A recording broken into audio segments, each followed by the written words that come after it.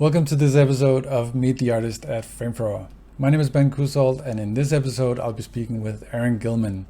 Aaron is an amazing animator and supervisor and has worked on some pretty amazing projects as well, including Avatar, the Avengers, Godzilla, all three of the Hobbit movies, and many, many more.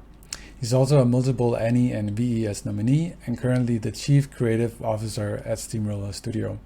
I had an amazing conversation with Aaron, and I think you'll enjoy it as well. You will. If you're watching this from some dark corner of the internet, come check us out at flamethrower.io. You can upload your own animation directly from Maya onto the platform and get great feedback from the community. Come check it out at flamethrower.io. And now, here's Aaron Gilman. You're not playing the dragon card here, are you, Smog? Because not all dragons get bad press. Look, Stephen, I'm not asking for sympathy, but I am talking about real dragons, not one of those Khaleesi-ripped rat lizards from Game of Thrones. God, it disgusts me.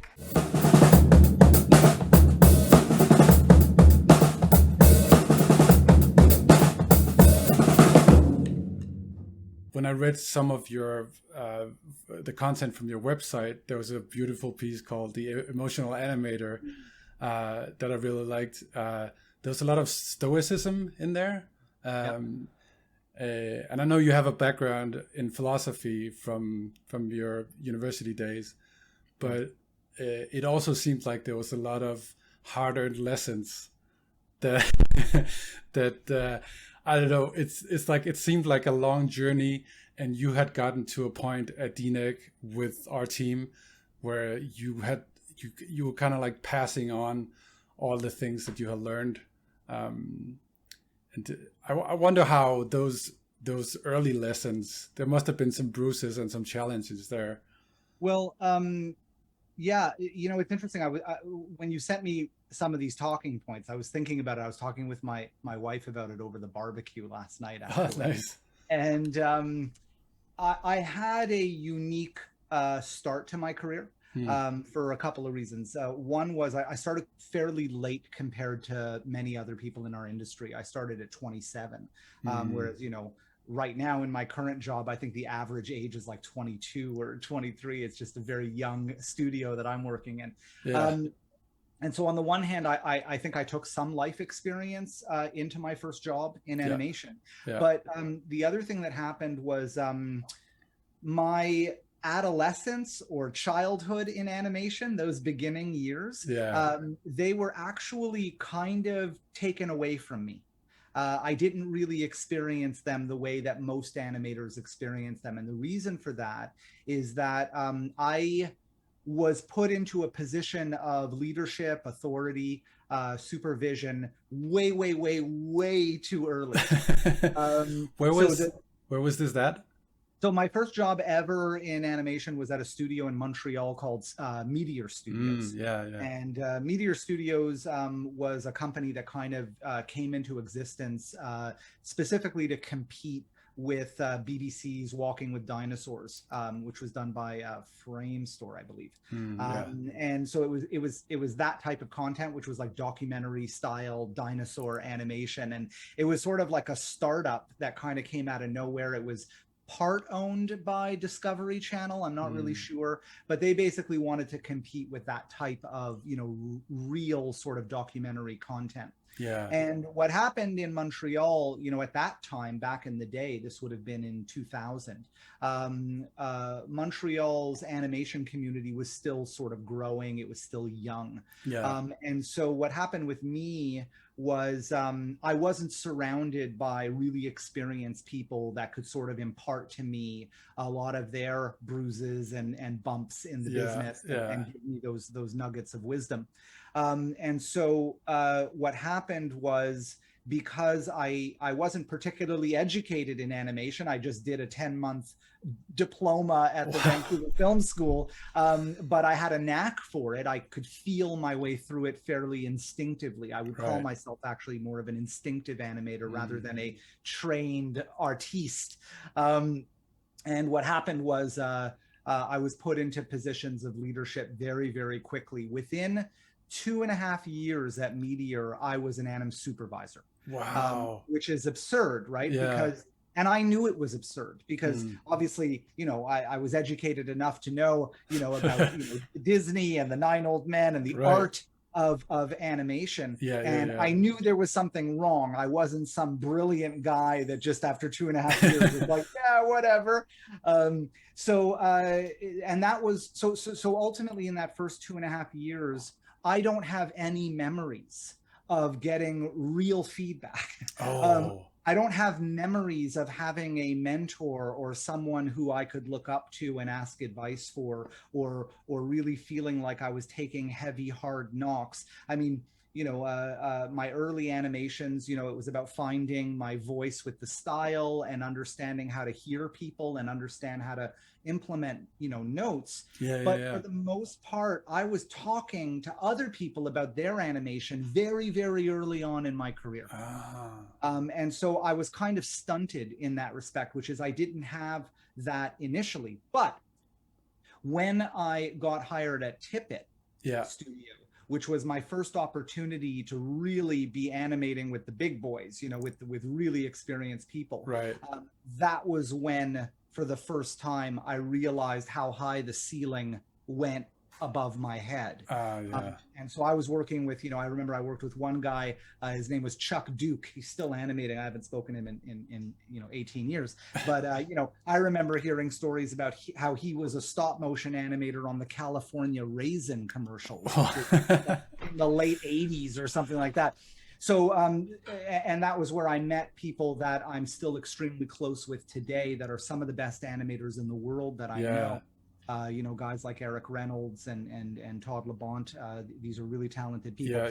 So I learned a lot from those guys, not just in terms of their critique, but also by example. They just set the bar with everything that they did. So I sort of realized I'm not in Montreal anymore. You know, obviously Montreal now has completely changed. It's an incredible industry there with really talented people. But back then, you know, I needed to move because I knew there was more to the craft. Yeah, you know, and that article on the emotional animator, you know, I wrote that because I am emotional. I am just an emotional person that in my youth would sort of, you know, really hit highs and lows with everything that I would do. Very, very sensitive. Very easy to ruffle and very easy to get excited. And as the years went by, I started sort of realizing what my brain was doing to me, which was it was taking me on this roller coaster, and really none of it was real. None of it was true. It was all sort of made up in my head by my ego, ego telling me one day I'm amazing and telling me the next day I suck. And the fact is none of it is really real. It's just sort of this insecurity that you have and that need to feel valued. And so as I've gotten older, those peaks and valleys have kind of leveled off a little bit. You know, I still have my emotional moments, but it's not nearly what it had been as I No, that I think a lot of us can recognize that. I certainly can myself. And it's that whole those dark nights of the soul, like they seem to come early on. I heard you had one as was it at Tippett, where you had a really heavy night where you had to go home and redo your blocking the next day. That was where I started, like later on as I got more into the business, I started lecturing about this concept of what did I call it? It was this idea of weightlifting, mental weightlifting. I recognize that term. It's like it's mental weightlifting, meaning, you know, I realized that day. So basically, the story is very short. I had a shot on the Matrix Revolutions, and I was really having trouble with it. And I found the Sentinel puppets very, very complicated because they were so heavy. They were really slow. We're talking half a frame per second. You can never have more than 2 in your scene at a time. So back then, in those days, you would just have a separate scene for every one in your shot. Yeah, it was just horrible. And I just remember being really disillusioned with what I was doing, and I was new to the company, and I was pretty sure I was going to be exposed. You know, here I had come from Montreal, and I was working with all these really talented people, and I was like, okay, well, maybe that's as far as I go, you know, in this business. Yeah, I went home one day, and I was on. I think it was the only time, pretty much in my whole career, where I actually cried by myself. You know, my wife was still in Montreal, you know, waiting to move over to California, and I just, this idea of mental weightlifting is just that a lot of the work that we can successfully do in animation is outside of the actual act of animating. It's in the quiet moments of your mind where you're working things out, because when you think about animation, it's really just this kind of ball of yarn of two colors. One color is the technical stuff, and one color is the artistic stuff. Right. And you're just trying to unravel this mess, right? It's just this mess of constraints, and how do I get that to attach to that but look good? You know, when you're new in your career and you're just starting out, as I was only, you know, 2-3 years in. These are really scary things depending on the nature of the shot. So the mental weightlifting was really just me kind of wiping the shot clean in my mind and rebuilding it one step at a time in my head, in the shower, on the bus, walking down the street. Okay, I'm going to do this, and then I'm going to do that. I'm going to make sure I take this. I'm going to attach. I'm going to change the rotate order, because the rotate order really messed me up. I'm going to change that, and you know, stuff like that. And then went back to work the next day, blew every bit of animation away in the scene, restarted following my mental blueprint. And you know, by the end of the day, I was sort of blocking approved, and I was on track. So you know, thinking about your shot, I always feel like if you're an animator and you're spending all your time outside of work and never thinking about your animation, then there's something wrong. You know, and you know, I don't do that anymore because I haven't animated in quite some time. But yeah, those were hard knocks. You know, those were hard bumps. I think I recognize that as well. Obviously, it hasn't been nearly as long for me, but I recognize my early days at DNEG of there's so much to learn, and the curve is so steep, and you can't just let it go. You have to do some, like, and I like the phrase mental weightlifting. It's I'm sure a lot of us can recognize that one. How many times have you been in the shower, Ben, and you're working out some aspect of your shot? It's like some people sing in the shower while animators are thinking about their animation. And it's like you say, it becomes less with time, but it's also it's necessary at first. It's kind of like you just have to put in that extra. And and I do the same thing still, but not with animation. So even in my current work, I'm doing it, but it's logistical or strategic, or it's tactical. Like, I'm going to delegate that to that person, and then while they're working on that, I'm going to get somebody else to be looking at. So I'm still always doing it. And that way, you know, I have epiphanies, because if you're only ever thinking about things in the moment while you're working, then unfortunately you're not planning, because you're reactive rather than, you know, proactive. So it really is a part of any type of job, you know, is thinking about your work kind of in the quiet moments, you know? Well, there's in terms of I'm curious about those early days, because you did another huge jump, like you said, like you discovered how high the ceiling was, and then it's like you discovered a new stratosphere when you went to Weta. I can imagine. I can't even imagine the jump from, like, Tippett is a legendary studio, but Weta was like, they set a new bar for what is even possible. As they still do. So a lot of my friends that were at Tippett went to Weta. Right. So there was some connective tissue, certainly connective tissue, between how I got to Weta. Because I got to Weta because I called my buddy Eric and Todd, who I worked with at Tippett, Yeah. And I said, you know, work in Montreal has dried up. I was in Montreal at that point. Yeah. I'd been working in games for a little bit. I wasn't particularly having a great time. And I said to my wife, I think it's time to go. I heard, you know, we had always heard that Weta was a pretty scary place for people that come from big cities. My wife is from Paris, and you know, we had always heard that Weta was very quiet, very small. Not Weta, New Zealand was very quiet, very small. We were sort of worried, you know, what would a Paris girl, what's she going to do down there, and how's that going to affect our relationship? Yeah. The hours were crazy at Weta. Yeah. But ultimately, you know, I called my friends, and they were like, "Come on down." And I didn't even submit a reel. Oh, really? I just had a contract come my way, and it was basically, they just put in the word for me, and that was it. Yeah. And so we sold our house in Montreal, and we moved with our 4-year-old to New Zealand, and it turned out to be the exact opposite of what we were worried about. It actually, what we thought was just going to be a year and a half on Avatar, we ended up staying for 8 years. And you're right, the stratosphere opened up for me because you know, I sort of continued this kind of ascent in my career, where, you know, I had a lot of opportunities to eventually kind of work with clients and you know, be fairly active with the upper echelon of leadership at Weta, and that was an incredible experience. The animation bar there was very high. You know, your average age group at Weta now has got to be, I don't know, I wouldn't even guess. It's been a while since I've been there, but you know, there were animators that I was working with that were 52, 53 years old, and that was 10 years ago. So you can imagine how long, you know, they've been in the business. And Weta shows it. You know, the quality of their work shows a lot of experience. Definitely, they got a lot of veterans there. Great.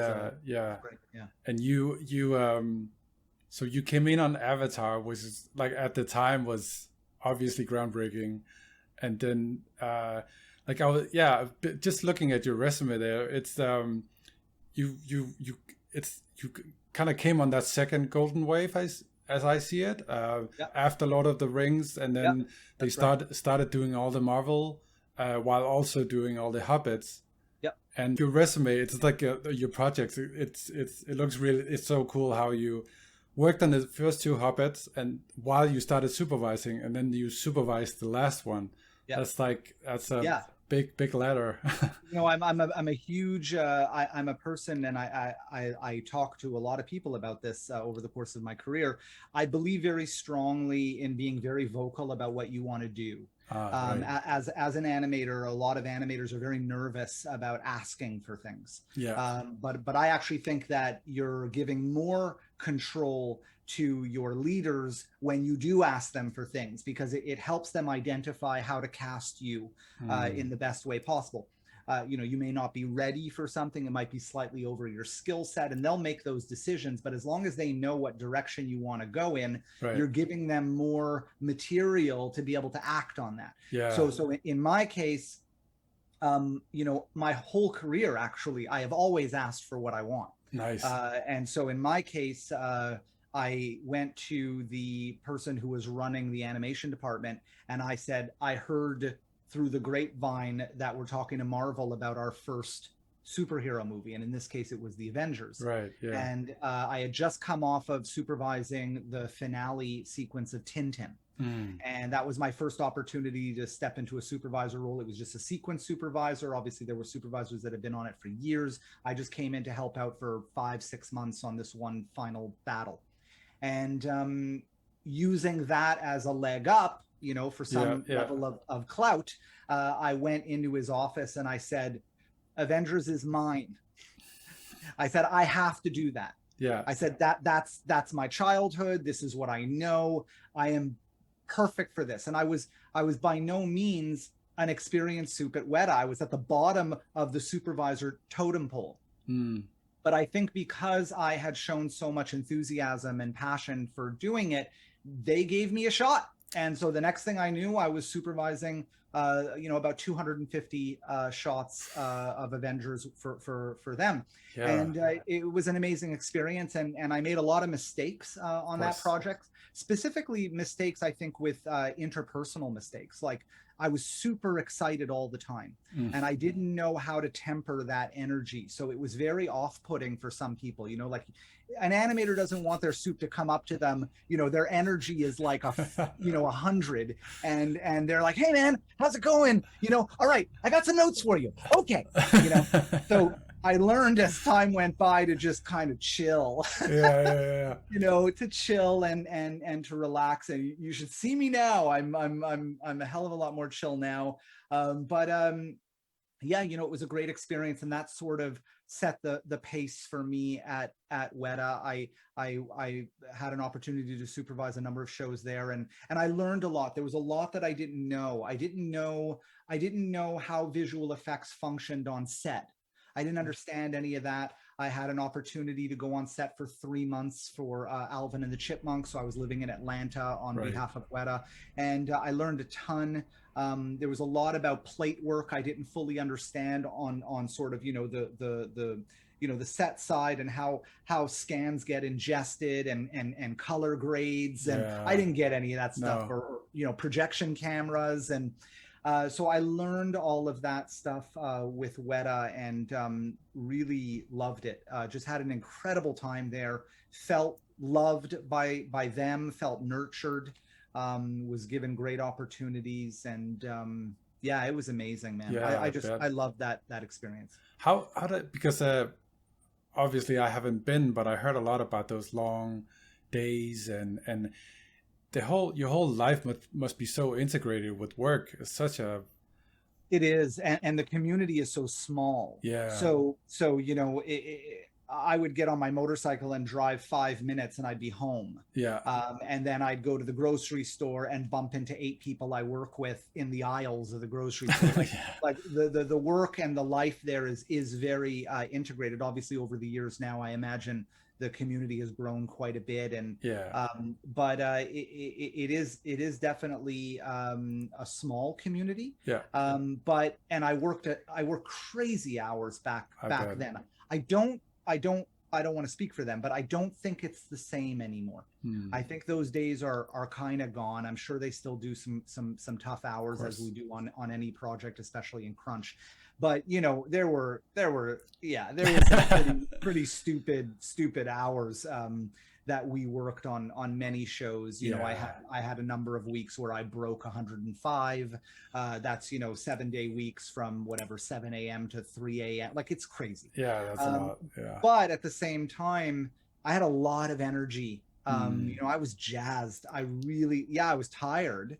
But man, I felt like I was working on really cool stuff, and that I was critical to the process. You know, I felt important, and I felt like, you know, I really had a sort of a meaningful purpose in the work that I was doing, and that gives you a lot of energy. You know, you're there. Yeah. And also, I would just say I went through probably the biggest psychological change happened towards the end experience for me at Weta, which was, I went from having a career that was all about me.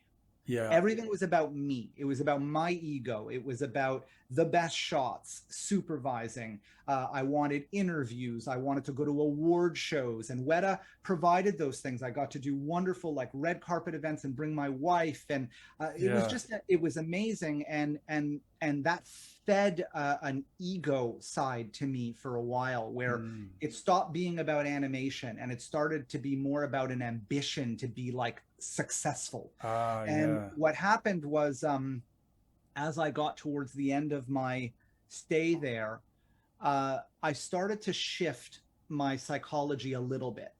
And what started to happen was that whole psychology started to invert itself. And I started thinking more about the people I was working with and what I could provide to them. I started shifting more into an educator or a teacher type of mentality, where it wasn't about me, and it was about the relationships that I was building with other people, and how healthy those relationships were, because I started seeing a correlation between the power of the relationship and the quality of the work. That's the key. You know, a lot of companies don't put metrics around this. How do you put a metric around the power of a relationship? healthy communication, collaboration, listening, having empathy for artists, all of those human things. How do they equate to people performing better, people being happier to come to work? And I started seeing hints of that change in the way that I was thinking about things. Then when I went to DNEG and I eventually became the head of department, the full shift happened at that point, because as you know, I inherited that department from Robin Luckham. Yeah. And Robin created a wonderful department, and I had worked with them on a number of shows as an anim super and anim director, and valued them greatly. So then when I took over as the head of animation there, that's where I kind of finalized my mental shift of being less internalized and more externalized. It was more about giving of me rather than taking for me, if that makes sense to you. It totally makes sense. Yeah. So the career had that, the career had that sort of progression of being, me. I want to be a great artist. I want to have this, I want to do that. I want to be on this movie and I want to get those shots, to ultimately, I think, having more of a servant kind of mentality of feeling like my role that I was more capable of wasn't so much about animating myself. It was about helping people be better themselves. I recognize that from being on the team that you took over. It was very something that's super important when you're an artist, as you would know, I assume, is that you need to feel protected, and you need to feel, even though you can hit really hard targets and you can crunch when you have to, but you need to feel like someone has your back. You don't want to feel exposed or left out. You don't want to feel like if you try to hit a note and you spend your time focusing on it, you don't want to have to defend some kind of technical thing because communication was bad with another department. You want to feel like you're in a bubble where you can animate. That's right. That culture was it was kind of built by Robin and then further built up and nurtured by you. And I've heard you say at least a few times how empathy and relationships are the most important thing. And it's starting to make more sense hearing you say it in a different thing now, how you like the trust builds the product in a way. You don't want to feel fear, or you don't want fear to be the driving factor of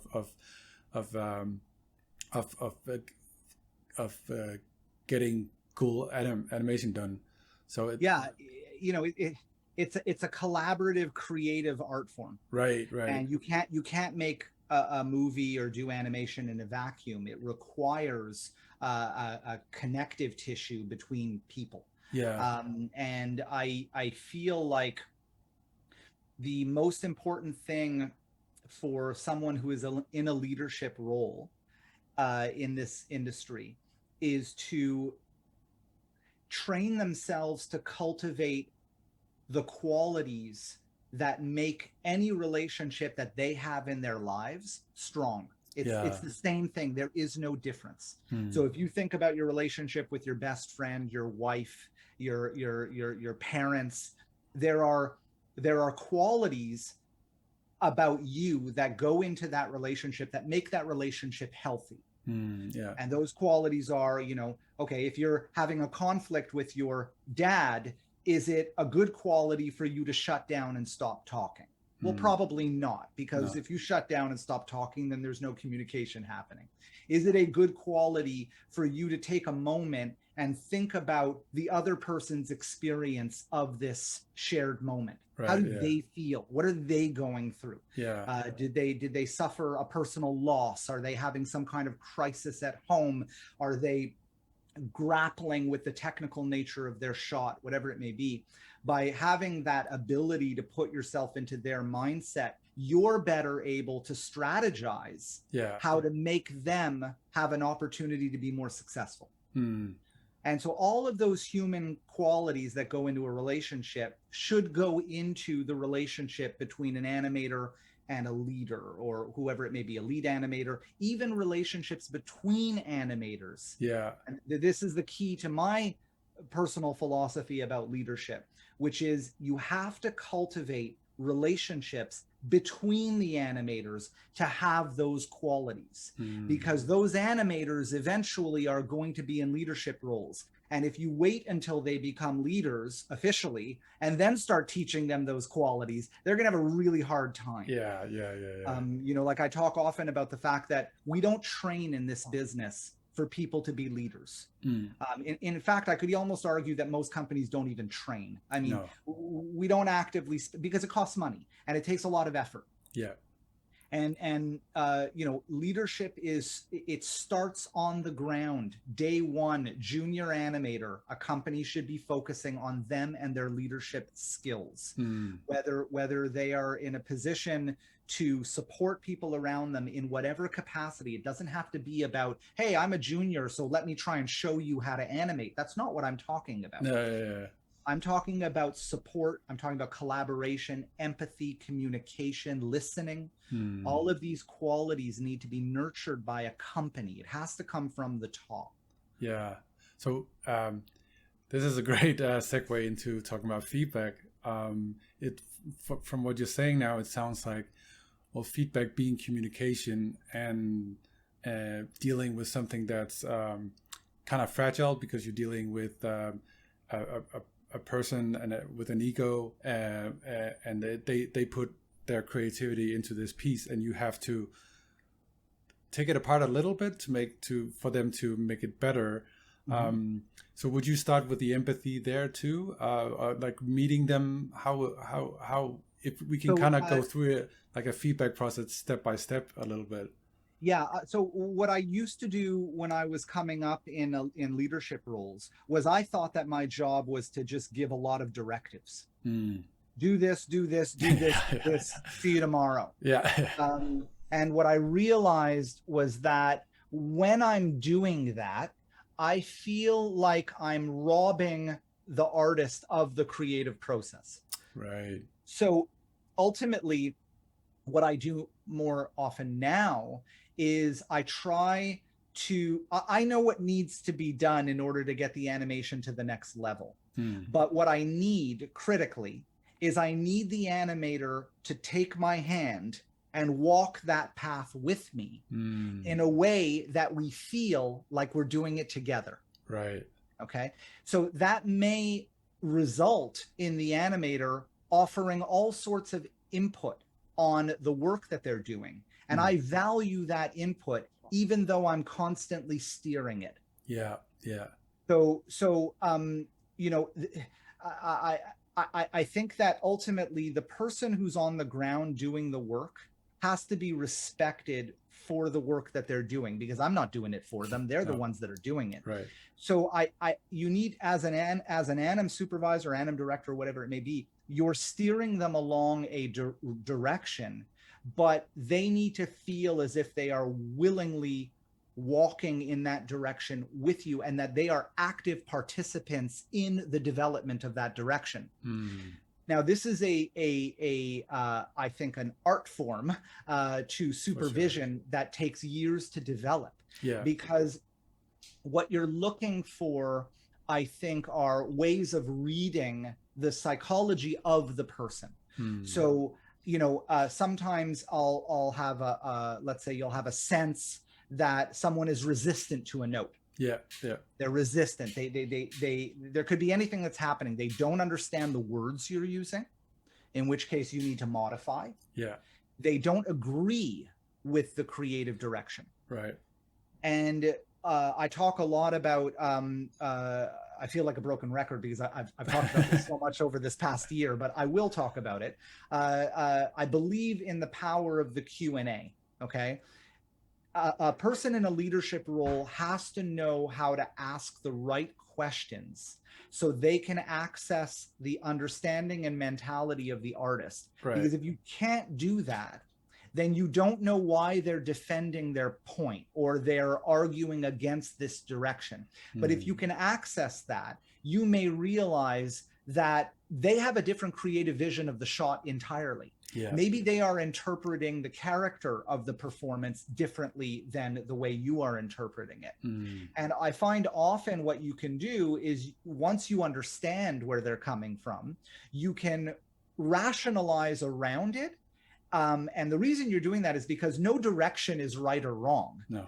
But one of them is being paid for, right? Yeah. It's as simple as that. Yeah. One of them is the direction we need to go in because that's what we're being asked to do. And the other is your direction. Yeah. Now, there may be things in your direction that we can combine into the direction that allow you to express your creativity in the shot, but still fulfill the needs of the shot. A good leader is going to identify those and go, you know, hey, Ben, I really love what you just said about the shot. While that is different than what we're doing here, I think if you modify it a little bit to do this, we can get it in there and that'll be amazing. Yeah. And then now what they're hearing is, oh, so you like something I've done. Yeah. Oh, so something I've done is valuable here that I love. Yeah. Great. Okay. And you start to work together towards a common goal. I think if you create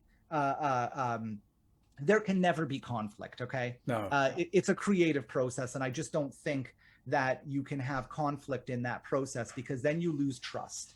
And once you lose trust, then you lose them, because when the shit hits the fan and the client changes everything on you, what do you think the first thing is that they're going to do? They're going to go, you see? Yeah. I knew it. And I told you and blah, blah, blah. Yeah. But that should never happen. No. You want to have a relationship with an animator where when the shit hits the fan and they change everything, they go, oh man, that really sucks. Well, okay, let's do it. What do we do now, Aaron? Yeah. What do we do? Yeah. And if you can have that relationship with them, then you know you can do anything, really. Yeah. I've heard you several times talk about it as being a Robin to the animator being the Batman, which is like a beautiful analogy, because I don't think a lot of anime supervisors would say that. I hope a lot would, because it's respecting the artist to a high degree, as an artist, and also respecting that juxtaposition that we find ourselves in of having to be a visionary but also a contained one. You know, we want to be the artist and we have to be creative, but we have to follow these rules. And these are two very different ends of the spectrum. And it's, from what I'm hearing, is that you respect both of them, that you respect the production schedule, but you also respect the animator as an artist. And you know that you have to steer and not force. I hope I'm not being too vague here, but no. Well, I mean, it is vague. Yeah. We're talking about really vague things, and I think that it's interesting that you bring up the Batman and Robin. So I did a talk recently for Spark on the topic of leadership, and one of the things that I talk about is what people think of as metaphors for leadership. The idea of a metaphor. Yeah. So a leader is like, right? That would be a simile, but the idea, a leader is, and what's the metaphor, Yeah. And so, I could say a leader is like the relationship between a superhero and a sidekick, and that would be Batman and Robin. But in my lecture that I did, I've changed my metaphor of leadership. It no longer is Batman and Robin. This is after, 6 months of thinking about my position on this topic. And ultimately, what I did was I took the conflict out of my metaphor. So the idea behind Batman and Robin is Batman is fighting.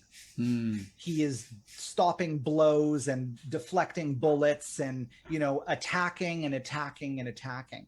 And I didn't like that anymore. The way that my psychology has changed about leadership and working with artists is I didn't like the idea that the animator is in a state of conflict. We often think of our clients as being enemies. We think of the notes that they give us as, gunfire and, or we often use military terms in animations. Yeah. They were in the trenches.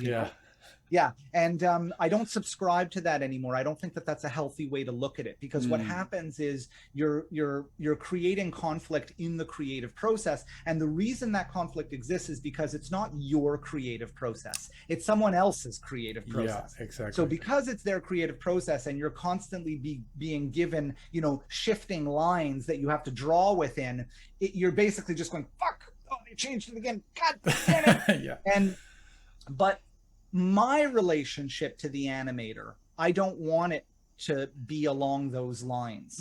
I want my relationship to the animator to be along the lines of growth and adaptation. Okay, it's about adaptation.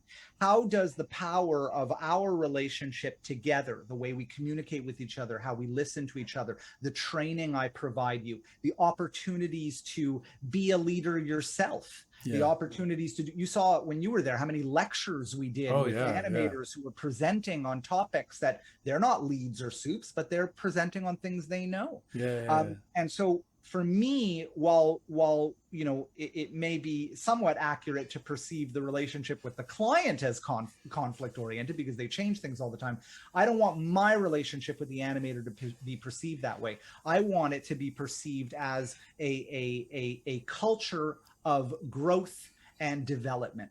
So when the client changes something on us, we're almost like water around a rock. We just move and shift. It's just about shifting and changing and adapting and evolving. Like if you look, it's called, I think there's even a term for this type of leadership, which is like, it's a living system.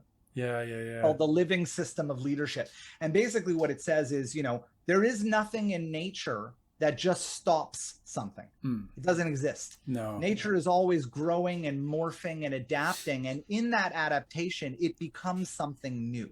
And that's what I like to perceive as my effort in my relationship with artists that I work with, which is we can take on anything because we're just this constantly changing, evolving, and adapting relationship, essentially, within the context of the craft. That's beautiful. I just want to for everyone listening, the lectures you're referring to was lectures at DNEG of where animators were given the chance to talk about things they liked. It could be, I remember there was a few people doing we did live drawing together, and Juliana Caicedo I believe did a lecture on Latin cinema, and Patrick Kalin is about to do one on screenplay writing. Nice. He did one in the past on his own personal previs work. He did one on a car commercial that he shot. Brian Whitmire, who you've already interviewed, did one on his how he keeps himself creative outside of work. That's beautiful. Now, the interesting thing about Brian is that Brian did that lecture probably about 3 weeks after he started working in the company. So to me, that's unheard of. Because usually people who are doing training and development lectures are people who have been there a long time, and they're leads and soups, and they're in some kind of perceived position of respect or authority. But like I said, I'm of the opinion that developing animators and developing talent starts on day one, regardless of your level or your experience. But it's up to the people in leadership positions to figure out what that is. Not everybody is comfortable getting up in front of a group of people and speaking. And that's fine. We don't want to put you in positions where you're uncomfortable. In fact, it's the opposite. We want to give you opportunities to shine. So it takes work and effort to identify what people can offer to the team. And I believe that if you're in a position of leadership, it is your job, more than anything, as far as I'm concerned, okay? It is your job to make sure that you are developing talent on the ground so that you are creating a constantly operating engine of cultural development in your team. Because those people will be great leaders as a result, because you're giving them opportunities to exercise those human qualities that I talked about before with regards to relationships. And that is really, really important. It makes people want to come to, here's the way I look at it. There are 3 things that every animator needs, or any artist in this business needs. 3 things, okay? Number 1 is they need to feel like they have meaningful relationships with the people that they work with. It's critical. Right? Number 2, they need to feel like the company is actively listening to their personal development in the craft. Right. What kind of shows do they want to work on? What shots are you interested in developing? What do you want to be a lead one day? And tracking that with them on a regular basis. It's got to be regular. It takes a lot of effort. Right. And number 3, upskilling. Is the company training them? Are they learning? Are they developing their craft as artists? You know, they paid a lot of money to get into this business. Yeah. Are they getting better? Yeah. And if you can give them those 3 things, they will stay with you. Your retention levels will be really high. Yeah. You can even be underpaid. Yeah. Yeah. And if you have those 3 things, it will go a long way. And yeah, so there you go. Yeah. Is that because since well, a lot of stuff has happened for you as well over the last little while. You switched to Steamroller Studios, where you're at now. Yeah. Is that are you rebuilding this same culture there as well? Have your goals changed there, or your ambitions the same? No. In fact, I would say the exciting thing for me about well, firstly, let me just say I'm loving what I'm doing right now. Nice. I'm so exhilarated and excited by the opportunity that I have at Steamroller that I haven't felt this fulfilled in a long time. I felt very fulfilled for a period of time at DNEG. Very, very fulfilled. I absolutely loved it, and I care deeply about that animation team, very intimately, in fact. And but there was a certain point where I felt resentment because what I was doing within the animation team, this very concerted effort to create a type of culture that even surpassed what Robin had developed, it wasn't being shared by anybody else in the company. And what I realized was that you can't just be a beacon in the darkness and that'll be enough. You actually need other departments, and especially your leaders on top of you, to be thinking the same way. Otherwise, what happens is you'll start to have resentment.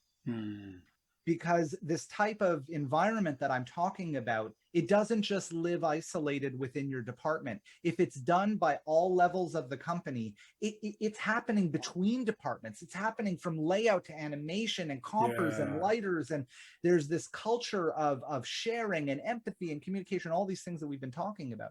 And so at a certain point, I felt like my efforts were done at DNEG. In other words, I did what I could do, and it wasn't really going to go much further than that. Right.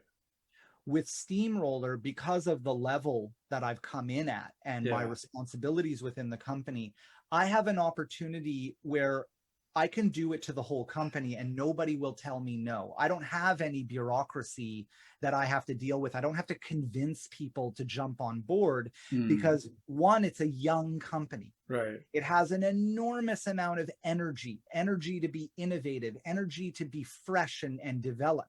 Right. And I think that, you know, having come from a company and companies in the past that have thousands of people in them, I've been in a position where I can see what happens if you forget the cardinal responsibility of people development. If you forget that, you're just going to have a shit ton of managers with a lot of unhappy people potentially. And so with Steamroller, I have an opportunity to kind of do this at a very high level that'll permeate through the company. The problem is that it costs money. It costs money. It's time and money. And when you're a young company and you have to make very careful financial decisions about how you're expanding and developing, you have to go slow. So what I'm doing right now is I have a number of shows at Steamroller that I've sort of taken on. It's my way of learning about the history and legacy of the company by just focusing on certain projects and learning how they're operating, learning why do you guys do it this way, and what was the rationale for that decision. Because what we agreed on very early was that I wasn't going to come in and audit the company. That was the worst thing that I could do, is come in and go, no, you should do it this way. The fact is that there's a lot of very intelligent, very creative people there that have made decisions for a reason. And so I've spent months now basically living within these projects and within the projects, as I learn things, I go, hey guys, how if you what if we do it this way, because I know you're doing it that way and that way because of this, but what about that? And 99.9% of the time the answer is, oh, that's a great idea, we should do it that way. And so as time has gone on, I've been able to take one or two of these shows and start to sort of find my voice from DNEG and apply it here within the context of how they're operating. And again, that goes back to nature and growth and adaptation, right? Which is, I don't just go stop. No. I go, how do I take this and I merge it so we become something new?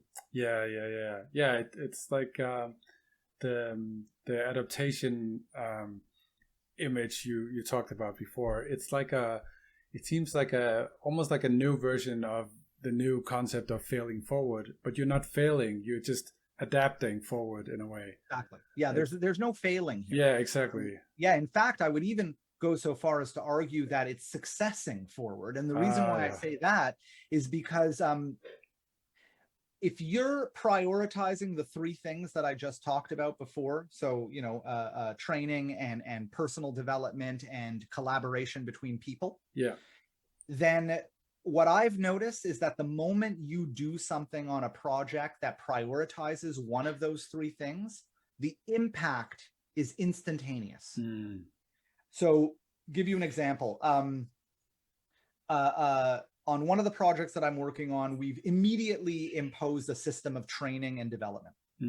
So we have a curriculum now. It's a curriculum of training, similar to what was happening at DNEG.